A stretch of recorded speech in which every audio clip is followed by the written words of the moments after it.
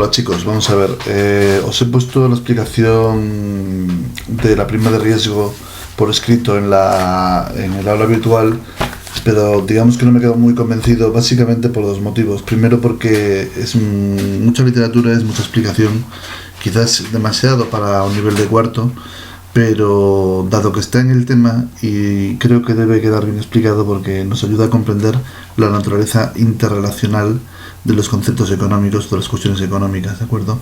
Y cómo efectivamente esto puede tener un efecto multiplicador positivo o puede tener un efecto devastador, ¿vale?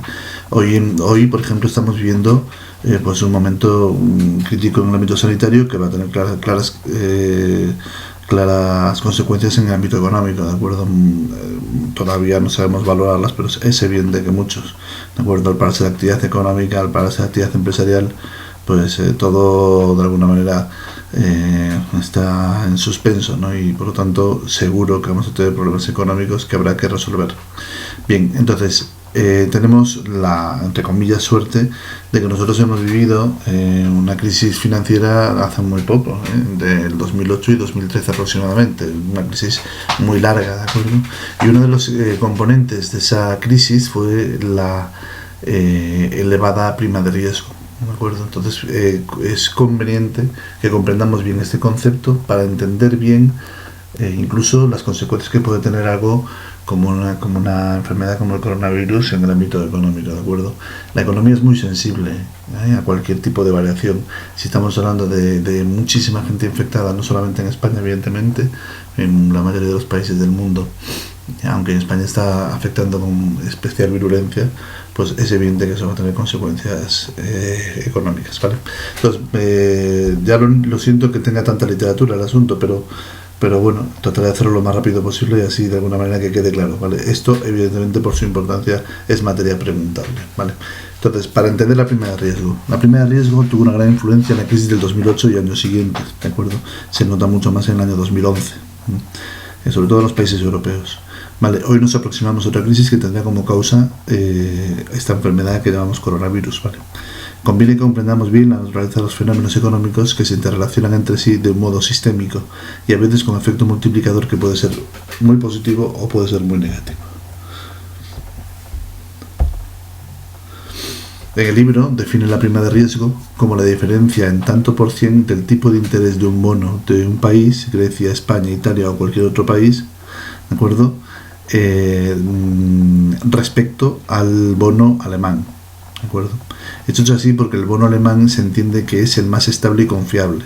Fijaros otra vez la palabra confianza, ¿vale? Decíamos que la economía en todos sus aspectos descansa sobre la buena fe, sobre la confianza, y por lo tanto es una cosa que se ve repetida, ¿de acuerdo?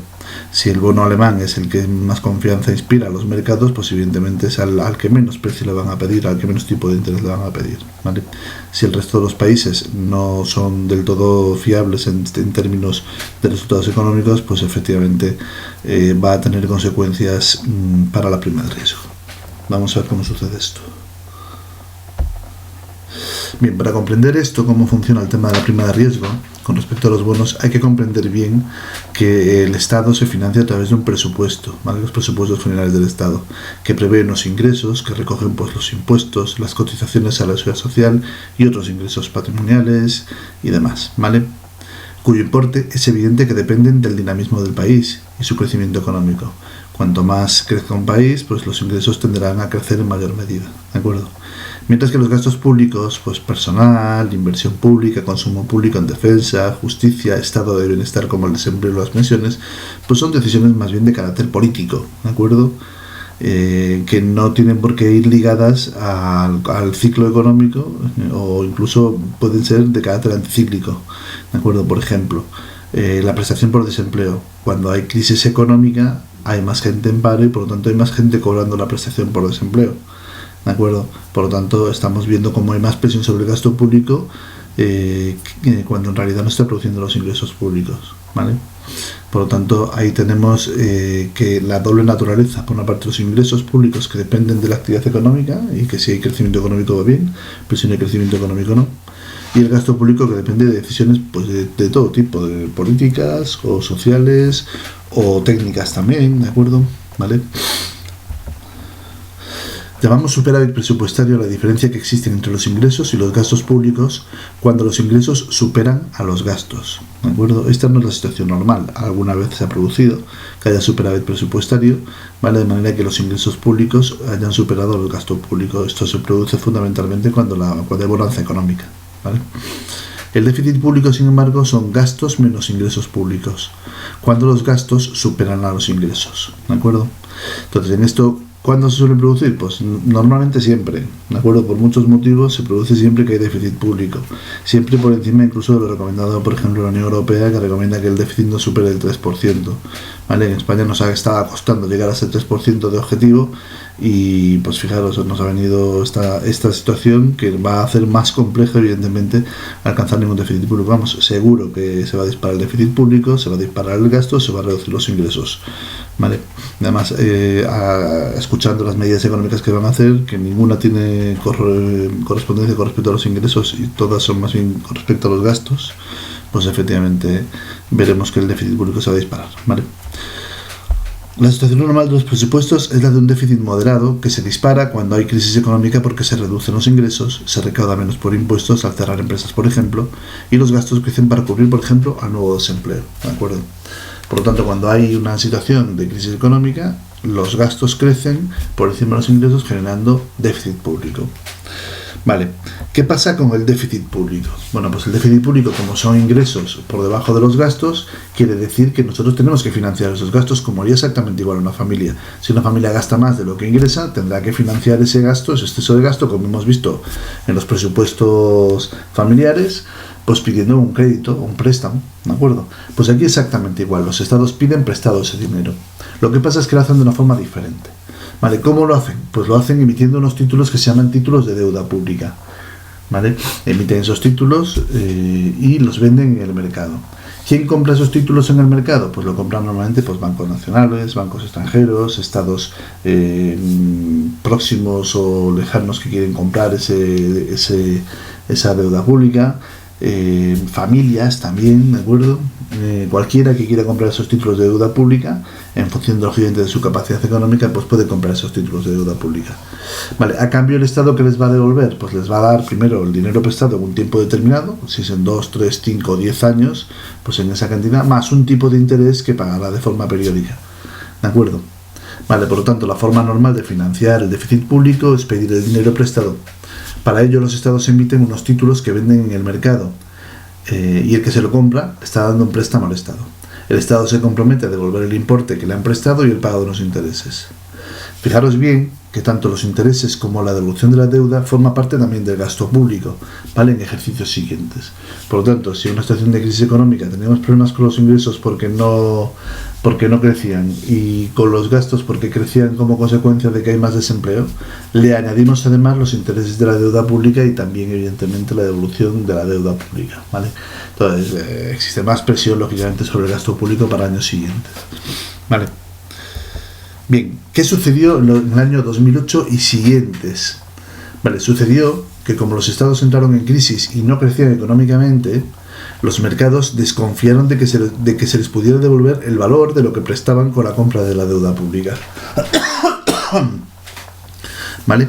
Es decir, ellos dudaban de comprar títulos de deuda pública porque efectivamente veían que el país no estaba creciendo económicamente, sino que decrecía. Y al crecer económicamente, pues estaban viendo que efectivamente el país no iba a poder pagar esa deuda pública. ¿Vale? Asumieron que había un riesgo a la compra de esa deuda pública. ¿Vale? ¿Qué es lo que sucede en los activos financieros cuando hay más riesgo en una operación? Pues que se pide más precio, ¿de acuerdo? Ese precio, acordaros que es el tipo de interés. Si un activo es arriesgado, se busca una mayor rentabilidad, ¿de acuerdo? De tal manera que con esa rentabilidad compenses la posible pérdida que puede suponer el riesgo que estás asumiendo. Bueno, pues eso es lo que hicieron los mercados. Ante una situación de posible default, de posible quiebra, de posible impago por parte de los estados de la deuda pública, ellos exigían más tipo de interés. ¿Vale? De manera que ya sabéis que cuanto mayor es el riesgo, mayor tiene que ser la rentabilidad que se pague para compensar el riesgo. ¿De acuerdo? Por lo tanto, ahí tenemos la presión. Fijaros que volvemos a la definición de la prima de riesgo. Acordaros que la prima de riesgo era la diferencia que había entre por ejemplo, el bono español, el tipo de interés que se pedía en el bono español y el tipo de interés que se pedía en el bono alemán. o el tipo de interés que se pedía en el bono griego frente al tipo de interés que se pide en el bono alemán, ¿vale? Si había una presión al alza sobre los tipos de interés en países como Grecia, como Francia, como Italia, como Portugal o como España, incluso podemos añadir Irlanda y otros países, ¿de acuerdo? Pues efectivamente eso hizo que la prima de riesgo creciese de una forma prácticamente exponencial, ¿vale? Es decir, el diferencial con el que se paga el tipo de interés de un bono de estos países frente al tipo de interés con el que se paga el bono más fiable, que era entonces el alemán. Vale, y ahí veis el gráfico, efectivamente, que nos sitúa un eje temporal que va desde el 2006 hasta el 2017, ¿vale? Y con una representación de la prima de riesgo en puntos básicos, ¿eh? Es decir, un punto básico significa un 100% más de cobro de interés, ¿de acuerdo? Es decir, estaría duplicando el tipo de interés que está prestando el alemán. El 200 estaría más que duplicando. El 1000% está multiplicando por 10 el valor del tipo de interés, ¿de acuerdo? Por lo tanto, efectivamente veis que la situación fue enormemente dramática, ¿de acuerdo? A los países que tenían que financiarse con déficit público y que tenían que emitir títulos de deuda pública, se les puso muy difícil el acceso al crédito, ¿vale? Hasta el punto que esta situación supuso la quiebra de un estado que fue Grecia, ¿vale? Y que tuvieron que hacer una especie de rescate a nivel de la Unión Europea, exigiendo una serie de medidas pues muy dramáticas, ¿de acuerdo? Ahí veis el gráfico, veis que en amarillo está Grecia, después estaría por debajo Portugal, después estaría por debajo España y Italia, y por un poquito más de abajo pues tenemos aquí Francia, ¿de acuerdo? Todos tuvieron presión con respecto a la prima de riesgo, todos tuvieron que pagar una sobreprima, un sobretipo de interés para poner en circulación la deuda pública, ¿vale? Esa es la situación que describe precisamente el gráfico, ¿vale? Fijaros cómo llega a este punto, ¿de acuerdo? 2.800 puntos básicos, ¿de acuerdo? Después ya se suaviza y va bajando. En Grecia todavía sigue un poquito al alza, ¿vale? Bueno, bien. Fijaros, con lo cual la diferencia entre lo que pagaban los mercados por el bono alemán y los países del entorno, Grecia, Portugal, España, creció. A esto se le llamó la crisis de la prima de riesgo, que ponía a los estados al borde de la quiebra. ¿Cómo se solucionó esto? Pues de una forma no sencilla, pero sí de una forma probablemente adecuada a la situación, ¿vale? Se hablaba entonces de que sí, se podía dejar caer a algún país, podíamos dejar caer por su dimensión a un país como Grecia y sin intervenir, ¿de acuerdo? O incluso Portugal, en fin, se podía tal, pero no se podía hacer caer a la cuarta, a la quinta economía de la Unión Europea, que era por ejemplo España o Italia, ¿de acuerdo? Ni Francia. De manera que en el momento en que se pusieron en riesgo estos países en situación de pagar una sobreprima de riesgo demasiado onerosa, pues entonces lo que se hizo fue intervenir. ¿Quién intervino? El Banco Central Europeo. ¿Cómo lo hizo? Pues comprando ellos la deuda pública a los bancos que habían comprado previamente la deuda pública a los estados. Y así los bancos vendieron, ¿de acuerdo?, esa deuda pública en la que no confiaban a un buen precio, ¿de acuerdo? Y el Banco Central Europeo asumió el riesgo, lógicamente, de la posibilidad de impago, que no la había ya, ¿de acuerdo? Porque si está respaldado por el Banco Central Europeo, el Banco Central Europeo tiene la prerrogativa de emitir moneda, y tiene suficiente contundencia y fuerza como para asumir estas deudas y mucho más, ¿de acuerdo? Pues efectivamente está garantizando que ninguno de esos países miembros iba a quebrar, ¿de acuerdo? Y por lo tanto, a partir de ahí ya se suavizó la prima de riesgo y se resolvió el problema de la prima de riesgo, ¿de acuerdo? Vale, por lo tanto, como veis, efectivamente la situación fue complicada, ¿de acuerdo? Hay muchos elementos que intervienen en ese tema de la prima de riesgo, ¿vale? Y la situación actual de la prima de riesgo la podemos ver efectivamente en datos macro, en expansión, ¿vale? Nos dice, por ejemplo, que España tiene una prima de riesgo 112, es una prima de riesgo de un punto por encima del alemán, es decir, si el alemán está ofreciendo un 1%, España está ofreciendo un 2%, ¿de acuerdo? Es una prima de riesgo muy razonable, muy parecida, fijaros, a la del Reino Unido, algo por encima de la de Francia, por debajo de la de Italia, por debajo de la de Portugal. incluso por debajo de la de Estados Unidos, ¿vale? De manera que a día de hoy no tenemos un problema con la prima de riesgo, y no lo tenemos porque el Banco Central Europeo interviene comprando deuda pública y emitiendo evidentemente dinerario, moneda, billete, a cambio, para garantizar que efectivamente esta prima de riesgo no suba. Vale.